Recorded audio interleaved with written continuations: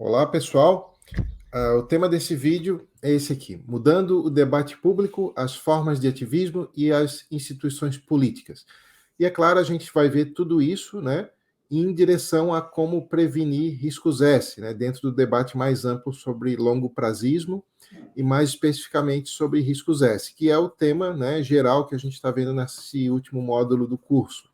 Então, o que eu vou falar aqui, eu já vou presumir, né, que as pessoas conhecem o básico sobre esses conceitos, longo prazismo, o que são riscos S, etc., e o que são fatores de risco, o que são estratégias amplas e direcionadas, e por aí vai, para não ter que explicar tudo de novo e o vídeo ficar muito longo, né? Então eu vou dar como pressuposto que quem está assistindo conhece já o básico sobre esse debate. O material que a gente vai ver nesse vídeo aqui, ele está discutido de maneira muito mais aprofundada nesses outros materiais aqui que eu vou indicar, tá? Então, tem esse livro aqui do Tobias Bauman, que é Avoiding the Worst, How to Prevent a Moral Catastrophe, que é um livro mais especificamente sobre riscos S, né? E por que essa questão é muito importante, talvez a mais importante, por que é importante tentar prevenir esses riscos e o que fazer a respeito. Tem um capítulo sobre essa questão, como que a política poderia influenciar, né? E tem um outro livro que é só sobre o que teria que mudar na política para prevenir riscos S, que é esse Reason Politics, do Magnus Winding. Tá? Esse é um livro um pouco maior, é grande, assim, imagino que deve ter uns, 400 páginas, dedicado a discutir essa questão. Vale muito a pena também. Para quem quiser ver um resumo e algumas ideias adicionais que não estão nesses dois livros, tá? Tem dois textos que eu fiz que eu deixei lá no semciência.org. Um deles é meio que resumindo essas ideias, que é o que eu vou apresentar aqui hoje, né? O nome do texto é Mudando o Debate Público, as formas de ativismo e as instituições políticas, com vistas a prevenir riscos S. Mas ali eu adiciono um resumo de algumas ideias de que eu mesmo, né, estou adicionando, em termos de como o debate público poderia ser melhorado e como que isso poderia ajudar a prevenir riscos S. E esse outro texto aqui é ampliando em detalhes essa ideia, né, que eu estou chamando de abordagem total e a abordagem suficiente, que eu vou explicar no decorrer do vídeo de maneira bastante resumida, mas esse outro texto aqui detalha como que essa abordagem se aplicaria em diversos contextos, né, muitos contextos, e como que fazer uma abordagem desse tipo poderia melhorar o debate público e isso vir a ajudar a prevenir riscos S. Então, vamos começar. Né? Qual é a relação entre política e riscos S? Né? Então, como a gente viu em outros vídeos, né? Só recapitulando, riscos S são riscos de que no futuro o sofrimento venha a ser multiplicado enormemente, né? A ponto de exceder várias ordens de magnitude do sofrimento natural. Isso pode ocorrer por diversos fatores, né? Vimos que um dos fatores é o uso da tecnologia avançada, né? Por parte de pessoas que não se importam com aqueles que serão prejudicados por essas tecnologias, né? Por exemplo, um aumento da exploração animal seria um exemplo, ou enviar a vida para fora da Terra e com isso multiplicar os danos que decorrem de processos naturais seria outro, e por aí vai. Bom, mas qual é a relação da política com esse risco de aumentar o sofrimento no futuro, né? É esse fator aqui. Uma política disfuncional pode incentivar a polarização, impedir esforços para se reduzir riscos S, aumentar o risco de agentes malévolos chegar ao poder e mesmo impedir a discussão sobre qualquer questão ética. Né? Quando a polarização chega em níveis extremos, né? Você tem, assim, por exemplo, agentes malévolos como ditadores, né? Ou, por exemplo, pode chegar até mesmo em guerras, né? Em situações desse tipo é muito difícil discutir qualquer ideia. Bom, então, tentar melhorar a política é crucial para se evitar os riscos S. Agora, um ponto importante, né? Em que sentido que a gente está usando o termo política aqui? É no sentido mais amplo possível, não é apenas em referência a instituições. Porque os resultados da política dependem não apenas das instituições, mas também de como acontece a discussão pública. Então, é política nesse sentido também, né? Incluindo a forma como os movimentos sociais fazem ativismo. Isso é crucial, né, para a discussão pública, então é crucial para a política. Bom, então primeiro vamos ver essa questão aqui. Como melhorar, né, o nível do debate público e por que o nível do debate público, para dizer o mínimo, assim, não anda muito bem. Né? Bom, Então, um ponto crucial para se melhorar a discussão pública é, segundo aqueles dois autores que eu citei no início, né, distinguir questões que são normativas, ou seja, que visam dizer quais metas deveríamos buscar, o que é justo fazer, etc., e questões que são empíricas, né, ou seja, quais os melhores meios para se alcançar certa meta. Por exemplo, quais políticas melhor alcançariam as metas que a gente refletiu e decidiu no passo normativo. Então, teria dois passos, né? Teria um passo normativo, onde a gente discutiria quais metas são justificáveis, quais que são dignas de serem buscadas, quais que são as melhores, e teria depois um passo empírico, né, que seria como investigar quais políticas, né, proporcionariam os melhores meios para se alcançar essas metas. Bom, qual é o problema, né? A forma como se dá a discussão pública atualmente confunde aspectos empíricos e normativos, e isso impede o pensamento claro, né? Porque, por exemplo, às vezes há uma discordância entre duas pessoas somente no aspecto empírico e pensa-se que discordam em tudo. Às vezes é só no aspecto empírico ou só no aspecto normativo, e é importante clarificar essas diferenças. Então, distinguir esses dois domínios, normativo e empírico, permite que a gente perceba em quais pontos a gente discorda e em quais pontos a gente concorda, e isso permite alguns compromissos mútuos entre pessoas que têm, às vezes, metas distintas, ideais distintos, mas concordam em alguns pontos, né? Então, a gente tem que tentar, pelo menos, minimizar aquela tendência entre em se ver assim, em termos de ou discordo de tudo ou concordo com tudo, né? Pensar em termos de nuance, além de ser mais sincero, assim, né, de revelar melhor o como que a realidade permite que as pessoas não se tornem, digamos, inimigas, né? Porque é possível a gente ver que em alguns pontos a gente concorda, em outros não. Bom, então, discutir argumentos morais, né, o passo normativo, e evidências empíricas, honestamente, reduziria o excesso de confiança em visões políticas ou normativas em geral, né? E ajudaria a criarmos a tendência em observar os pontos positivos e negativos de certa proposta antes de apoiá-la ou rejeitá-la, né? Porque o debate público atualmente, né, não apenas por parte de políticos e de instituições, mas por parte das pessoas em geral, né, as pessoas têm um excesso de confiança nas próprias visões que defendem, né? E as propostas são aceitas ou rejeitadas, não porque se acredita que tais propostas são boas, mas dependendo de que lado vem, né? Então, a ideia aqui é fazer o contrário, né? Até, se for possível, analisar as propostas sem saber de que lado elas vêm, né? Ou pelo menos fazendo de conta se a gente aprovaria aquilo ou rejeitaria se a gente não soubesse quem foi que propôs, ou se tivesse sido proposto por outro lado, e por aí vai. Bom, esse pensamento baseado em nuances, né, reduziria a polarização e reduziria também as chances de demagogos com traços malévolos ascenderem ao poder, seja lá de que espectro da política pudesse surgir pessoas com esses traços de caráter, né? Então, isso aumentaria as chances de evitar riscos S, porque, como a gente viu em outro vídeo, o fato de pessoas com traços, né, de caráter como sadismo, psicopatia, etc., alcançando posições de poder, aumenta as chances de ter riscos S, especialmente se eles têm acesso à tecnologia avançada, algo que pode, né, multiplicar o sofrimento no futuro. Não vou repetir sobre isso porque vimos, né, em detalhes em outros vídeos. Bom, então, vamos falar agora um pouco sobre natureza tribal e polarização, que é mais ou menos o cenário político até então, né? Não é só atualmente, até então na história. Bom, o desejo de pertencer a um grupo é um dos fatores que mais determinam nossos julgamentos políticos, e não uma análise imparcial e bem embasada das propostas políticas e das metas que determinado partido ou candidato visa alcançar. Então, esse desejo por pertencer a um grupo faz com que o interesse não seja analisar os prós e contras de diferentes propostas políticas, mas sinalizar lealdade para outras pessoas. Por exemplo, lealdade a um partido, a um movimento social, etc. E isso faz com que as pessoas fiquem cegas, né, em relação a possíveis consequências negativas de alguma proposta do lado que defendem, e fiquem cegos também em relação a algum ponto positivo de propostas que vêm do outro lado, né?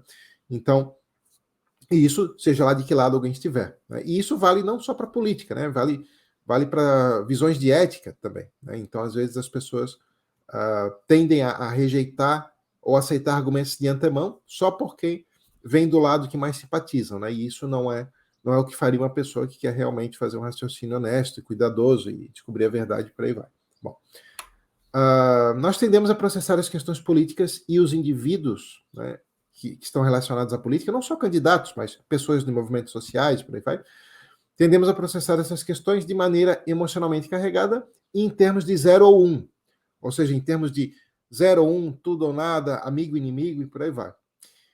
E tendemos a ver nossa tribo política e líderes da nossa tribo política de maneira excessivamente positiva e tendemos a ver, a demonizar, né, os indivíduos do outro lado. Tá? Seja lá de que lado, né, não estou falando isso apenas de um lado, seja lá de que lado for, existe essa tendência. Tá?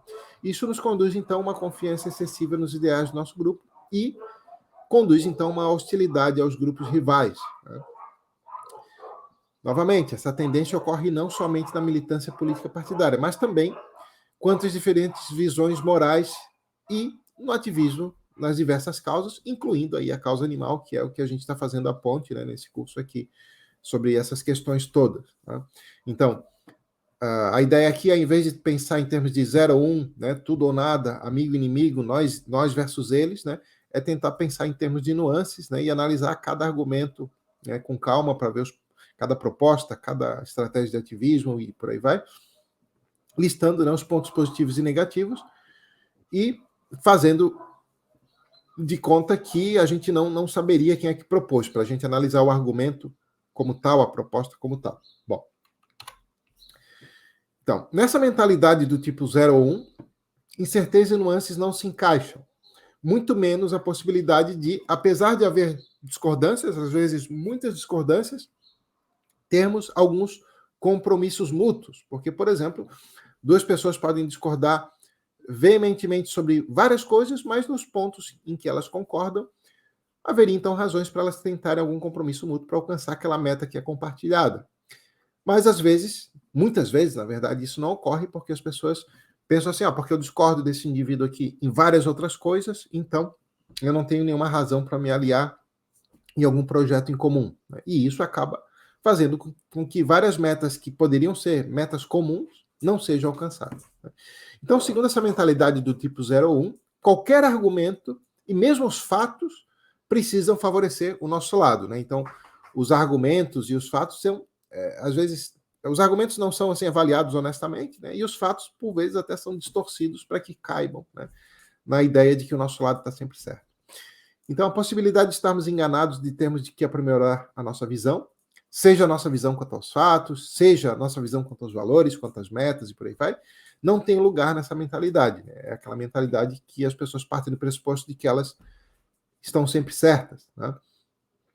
Que normalmente é aquelas pessoas que têm uma intuição forte, né, de que elas já estão certas e vão encaixando todo o resto, né, para caber naquilo que elas, antes de refletir, já achavam que era o certo. Né? Então, limitar essa tendência evitaria a polarização excessiva, né, que é um fator de risco, né, para os riscos S, porque quanto mais excessiva a polarização, maior a chance de conflitos, né, maior as chances até de guerras. Né, e num contexto assim, é muito difícil discutir qualquer questão ética e política.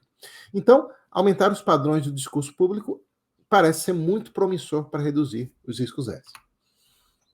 Então, reduzir o tribalismo, né, essa ideia de nós versus eles, 0 ou 1, tudo ou nada, né, amigo e inimigo e por aí vai, reduzir essa tendência abre as portas para a cooperação e compromissos mútuos. Né. Todos os lados têm a ganhar, pelo menos algo a ganhar, se a gente pensar em termos de resultados, né, em vez de pensar em termos de acabar com o outro lado. Né? Então, essa também é uma razão para a gente focar o discurso mais em políticas, em estratégias, em propostas, em argumentos, do que em partidos, ou indivíduos, ou organizações, ou pessoas em geral. Né? Especialmente, né, focar em políticas, ou estratégias, ou propostas que sejam mutuamente benéficas, ou seja, que elas ajudem a realizar metas que possam ser compartilhadas por pessoas que têm visões de mundo, visões quanto aos valores, quanto às metas, quanto à política, muito diferentes. Se existe alguma meta compartilhada por pessoas que têm visões muito diferentes, vale a pena enfatizar isso. Bom, esse risco de polarização existe também dentro das causas sociais. Por exemplo, dentro do movimento de defesa animal, a polarização entre grupos que tentam diferentes tipos de estratégias de ativismo pode dar a entender equivocadamente que existe uma diferença de objetivos, uma diferença de meta. Por vezes, há realmente uma diferença de metas, mas nem sempre. Então, pode dar a entender equivocadamente que existe uma diferença de objetivos, mesmo quando a divergência for somente estratégica, devido às pessoas não distinguirem, né, os passos que são normativos e que são empíricos. Então, a gente vê essa divergência, né, em relação a várias, né, estratégias de ativismo, né, e às vezes as pessoas atacam os lados diversos, né, mutuamente, se atacam, dizendo, você não tem a meta, então, de beneficiar os animais, né? Normalmente tem, né? Normalmente todos os lados têm, mas buscam estratégias diferentes. Veja que isso não significa dizer que a gente tem que concordar com todas as estratégias, não, muito pelo contrário, aqui cabe inserir críticas, e às vezes críticas, né, bastante ferrenhas a todos os tipos de estratégia, né? O ponto aqui é simplesmente que é importante distinguir quando a divergência é estratégica e quando é em relação às metas, né? E é importante também que a gente tente ver os lados, os pontos negativos daquelas estratégias que a gente prefere e tente ver os pontos positivos daquelas estratégias que a gente não simpatiza inicialmente. Então, por exemplo, às vezes a gente tem uma reação inicial bastante favorável ou bastante desfavorável a determinada estratégia de ativismo, tá? Mas, uma vez que a gente reflete sobre a estratégia de ativismo em questão e a gente lista os pontos positivos e negativos, pode ser que depois da reflexão a gente tenha a posição diferente daquela que a gente tinha inicialmente. Por exemplo, pode ser que uma estratégia que a gente simpatize muito inicialmente, a gente tenha essa simpatia inicial por não visualizar os possíveis efeitos negativos que ela também teria, pode ser que ela tenha mais efeitos negativos do que positivos, e vice-versa para outras estratégias que a gente teria uma antipatia inicial, pode ser que depois de refletir sobre elas, a gente veja que elas têm um saldo positivo melhor do que outras, né? Bom, então a ideia é essa, até a gente pensar em termos de nuances. Bom, então algumas sugestões para a gente aumentar o padrão do debate público. Primeiro, reconhecer grãos de verdade e de erro em cada perspectiva e pensar em termos de grau de confiança em vez de certezas rígidas. Tá? Em vez de pensar em termos, eu acato tudo que essa posição defende ou eu rejeito tudo. Tá? Mesmo em relação aos fatos, né, a gente pode pensar em termos de probabilidade de confiança de que algo pode ocorrer, em vez de dizer isso necessariamente vai ocorrer ou não vai ocorrer. Então, isso evitaria pensamentos do tipo 0 ou 1, nós versus eles, né? E também evitaria a tendência de se demonizar quem pensa diferente da gente. Bom, 2, né?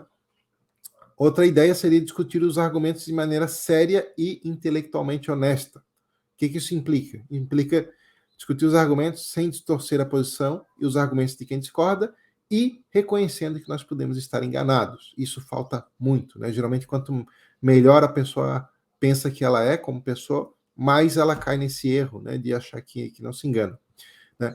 Mais importante, né, discutir os argumentos de maneira séria e intelectualmente honesta não implica em amaciar a nossa mensagem, ou seja, dizer, por exemplo, que o especismo é menos grave do que realmente é. Não, tudo isso é compatível com defender veementemente, né, que certas coisas são completamente injustas, que jamais seriam justificáveis e por aí vai. O que implica é apenas em discutir os argumentos de forma honesta e aberta, ou seja, não distorcer os argumentos contrários, né? Não bater nos argumentos mais fracos, né? Que é a falácia do espantalho, não reconstituir a posição do opositor como sendo mais fraca do que ela realmente é, e por aí vai, e de forma aberta, ou seja, partindo do pressuposto que a gente pode estar enganado e que devemos, né, mudar de posição se os argumentos contrários, né, mostrarem que a gente está errado.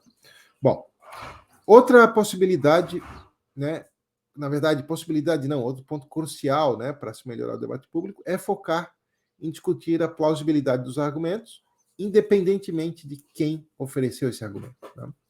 Bom, isso é muito importante pelo seguinte, porque como consequência da polarização, no discurso público atual, ou talvez do início dos tempos até agora, incluindo o discurso nos movimentos sociais, tudo que parece importar é quem deu o argumento, né? Se pertence ao nosso lado ou pertence a um grupo que a gente quer defender, então a gente aceita o argumento, mesmo que o argumento seja ruim, né? Então, se pertence ao nosso lado ou ao grupo que queremos defender, o argumento é aceito por pior que seja. E se pertence ao outro lado, o argumento é rejeitado, mesmo que seja um argumento sólido e mesmo que o argumento aponte um problema sério com nossa visão, né?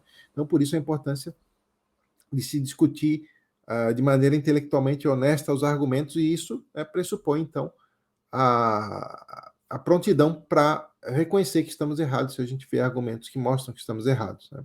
Essa tendência, né, de se discutir quem deu, de achar que o importante é quem deu o argumento e não o argumento em si, né, que é a falácia ad hominem, essa tendência tem impedido o debate sério sobre qualquer questão, tem dominado o ativismo nas causas em geral, o debate público em geral, e até mesmo, né, começa a dominar os meios acadêmicos. Então, restringir essa tendência, né, tentar impedir a falácia ad hominem, faria uma diferença enorme, não só no debate público com a sociedade, em termos mais amplos, mas dentro da academia, né? Então, esse terceiro passo é muito importante, né? Discutir o argumento, né, independentemente de quem ofereceu. E uma sugestão nesse sentido é esse quarto passo aqui.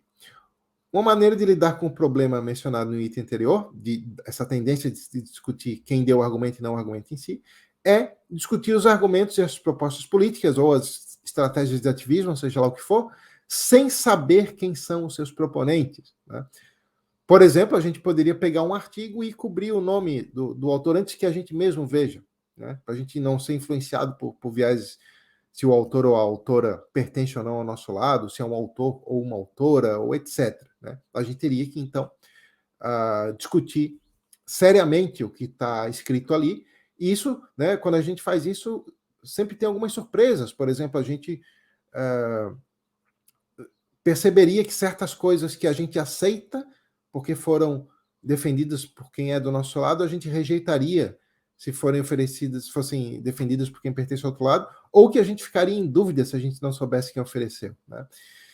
É claro, às vezes isso não é possível, às vezes a gente necessariamente sabe quem é que deu o argumento, quem é que fez a proposta, quem é que está propondo a proposta de lei ou uma estratégia de ativismo e por aí vai, mas mesmo quando isso não é possível, a gente tem essa incógnita quanto a quem ofereceu o argumento, a proposta, a estratégia, etc., a gente ainda pode fazer para nós mesmos perguntas como: se nós não soubéssemos quem deu o argumento ou quem fez a proposta, será que nós manteríamos a mesma visão? Ou ainda, né, se a gente soubesse que o argumento ou a proposta em questão tivesse sido apresentada pelo lado oposto, não o oposto ao nosso, mas, por exemplo, o oposto de quem a gente sabe, por exemplo, se foi um argumento oferecido por um lado que a gente não concorda, se tivesse sido oferecido pelo nosso lado, a gente rejeitaria o argumento, né? Ou vice-versa, né? Um argumento proposto por quem é do nosso lado, se fosse oferecido pelo lado oposto, a gente aceitaria o argumento, né? Ou seja, se o argumento ou a proposta tivesse sido apresentados pelo lado oposto do que foi na realidade, manteríamos a mesma posição? Isso é um exercício importante, né, para qualquer pessoa que quer fazer um raciocínio honesto, seja em ética, em política ou em qualquer outra questão, né, quanto aos fatos e por aí vai. E a quinta sugestão é adotar uma abordagem de leque amplo, tá? Essa abordagem vai ser explicada em mais detalhes agora, né? E aqui vai ser de uma maneira muito resumida. Naquele outro segundo texto, né, que eu sugeri no início do vídeo, ali está explicado em muito mais detalhes em vários contextos. Então, o que eu estou chamando de abordagem de leque amplo, tá? Então, isso aqui é um pouco diferente do que a gente viu em outros vídeos, que tem as estratégias longo-prazistas amplas e direcionadas, tá?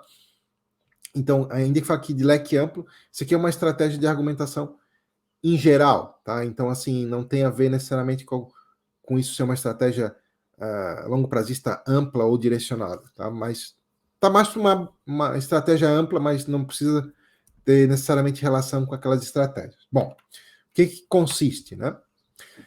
A abordagem de leque amplo consiste em tentar fazer com que a meta que buscamos seja aceita pelo maior número de pessoas, independentemente do que elas pensem sobre outras questões que não aquela que estamos discutindo no momento.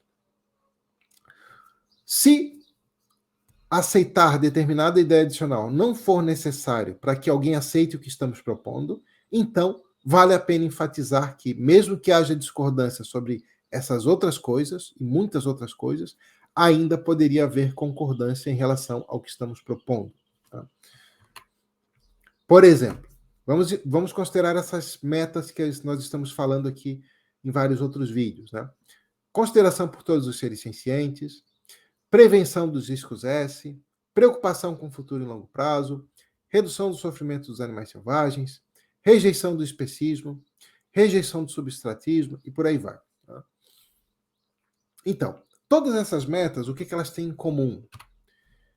Elas podem ser aceitas sem necessariamente nos comprometermos com uma visão específica, seja em ética, seja em política. Essas visões aqui, em ética, né, são compatíveis com teorias, né, visões de ética consequencialistas, deontológicas, centradas no caráter, né, e por aí vai. E são compatíveis com qualquer espectro político. Né? Dentro de qualquer espectro político, essas preocupações podem ser inseridas. Enfatizar isso aumenta as chances de aceitação dessas metas por parte de pessoas que possuem as mais variadas posições éticas e políticas. Então, defender posições específicas em ética ou em política, por exemplo, a pessoa dizer, não, eu defendo só essa teoria da ética aqui, ela que está correta, ou essa visão aqui em teoria política, fazer isso pode passar uma impressão errada de que, para se aceitar essas metas gerais aqui, é necessário aceitar essas visões específicas. E então, qual vai ser o resultado? O resultado vai ser que quem não aceita essas visões específicas vai achar que está justificado rejeitar essas metas aqui. Então, por isso que é importante. Né?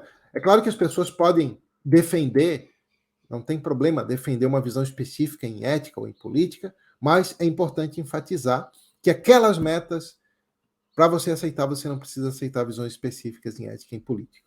Bom, então, novamente, né? Se uma pessoa adere a uma visão específica em ética ou em política, é claro que ela vai pensar que o melhor mundo é aquele onde essas metas específicas são realizadas. Né? E não apenas aquelas metas comuns mencionadas antes, essas metas aqui. Né? Mas, como a gente viu, né, se a gente tenta alcançar o ideal da nossa visão específica em ética ou em política, isso pode aumentar muito as chances de não se garantir nem o mínimo, porque daí as pessoas que têm outras visões podem rejeitar aquelas metas, né, mais amplas. E, por outro lado, focando nas metas comuns, né, a gente aumenta as chances de conseguir o mínimo, né, e talvez muito mais. Né? Então, é uma situação mais ou menos como a do dilema do prisioneiro, né? Onde se cada um tenta buscar o que é melhor segundo a sua visão de mundo, né? No caso do dilema do prisioneiro, é buscar o que é melhor para si, mas aqui seria buscar o que é melhor segundo a sua visão de mundo, corre-se o risco de não se garantir nenhum mínimo. E se a gente baixa um pouco a meta, né, a gente consegue aí, pelo menos, aumentar a probabilidade de se garantir o mínimo. E o mundo atual é tão cheio de sofrimento, tão ruim, que qualquer melhora marginal nisso aqui, né, já faria uma grande diferença, tá? Em termos, né, de prevenir que, pelo menos, esse sofrimento não seja aumentado para níveis astronômicos. Tá? Então, nós falamos até agora sobre melhorias no debate público. Né? Agora, o que poderia ser feito para melhorar as instituições? Então, por que é importante melhorar as instituições? Né? Porque elas influenciam tanto quanto a cultura política, né? Em aumentar ou diminuir a probabilidade dos fatores de risco para os riscos S, né? no futuro e longo prazo. Então, vamos ver alguns exemplos do que poderia ser feito institucionalmente para prevenir os fatores de risco para os riscos S. Primeiro seria tentar instituir representantes para seres sencientes que não podem representar a si próprios, né, como os animais não humanos, né, e os seres sencientes futuros. Outra coisa que poderia ser feita, que parece muito importante fazer, é tentar fortalecer as instituições democráticas. Né? Por quê? Por duas razões. Né? Primeiro porque a democracia previne que um único indivíduo consiga muito poder, porque o poder é mais dividido. Tá? Então, isso reduz a influência de agentes malévolos, porque, como a gente viu, né, em outros vídeos, esses agentes, né, além de eles terem por exemplo, pessoas que têm traços de caráter como narcisismo, psicopatia, sadismo e por aí vai, essas pessoas têm um desejo forte por poder e esses traços de caráter dão vantagens, né, em essas pessoas conseguirem muito poder. Né? Então, como em instituições democráticas o poder é mais dividido, né, a probabilidade de você ter agentes desse tipo com poderes ilimitados é um pouco menor. Nem sempre isso é garantido, né? Mas funciona melhor do que em outros sistemas onde o poder é mais concentrado. Né? Por exemplo, algumas pessoas, né, poderiam dizer: olha, mas se tivesse, sei lá, um déspota esclarecido que quisesse prevenir riscos S, isso seria melhor do que uma instituição democrática onde a maioria das pessoas não quer prevenir riscos S.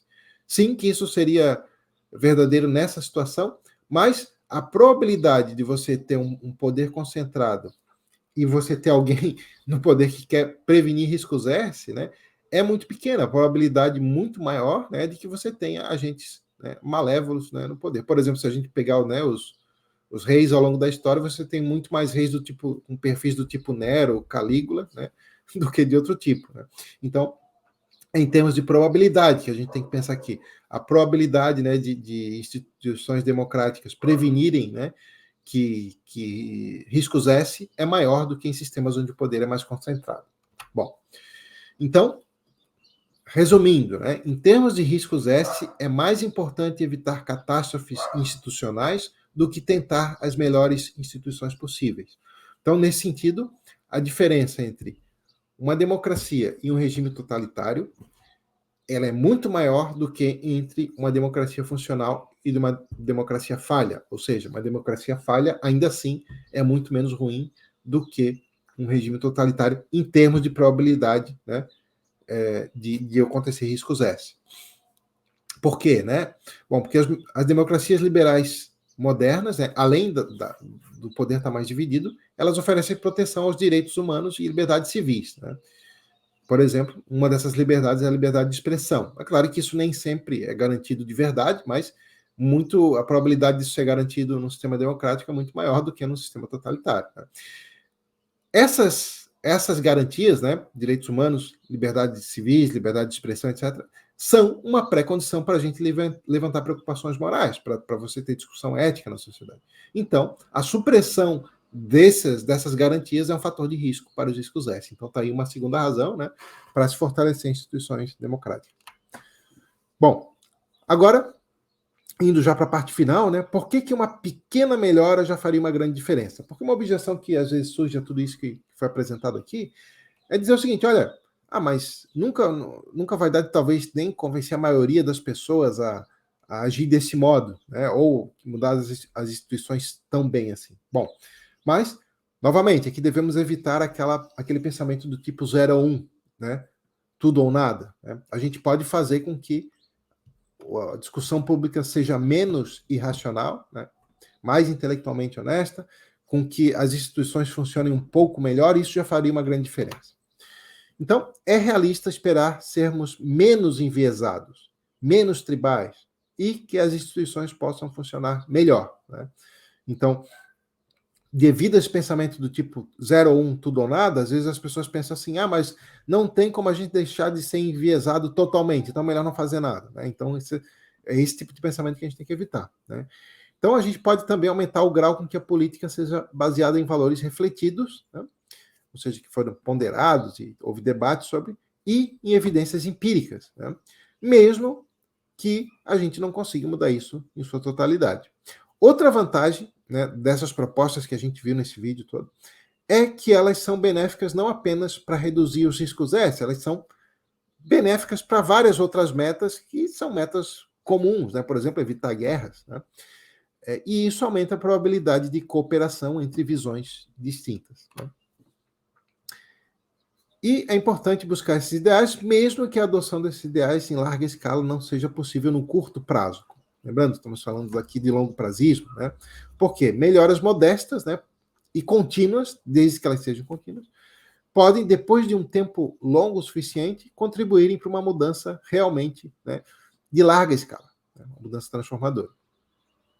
Qual é o ponto de partida? Esse é o mais importante de todos e eu espero que eu e quem estiver assistindo aqui, a gente pratique isso muito, né? É a gente aplicar esse ideal no nosso próprio pensamento e comunicação, né? Seguindo então os princípios do raciocínio intelectualmente honesto que a gente falou antes. Tá? Isso é essencial, né? Isso eu acho que é a coisa que talvez mais falte, né? As pessoas acham que as outras pessoas que têm que aprender, as outras pessoas que têm que deixar de ser intelectualmente desonestas, etc. Mas muitas vezes a gente esquece de ver isso na gente mesmo, né? Então isso que a gente, né, primeiro ponto de partida para mudar essa realidade. Obrigado, pessoal. Nós vamos ter mais um vídeo nesse módulo do curso que é sobre longo prazismo, né? E aí finalizamos, né, o curso. Obrigado, então, pessoal. Um abraço.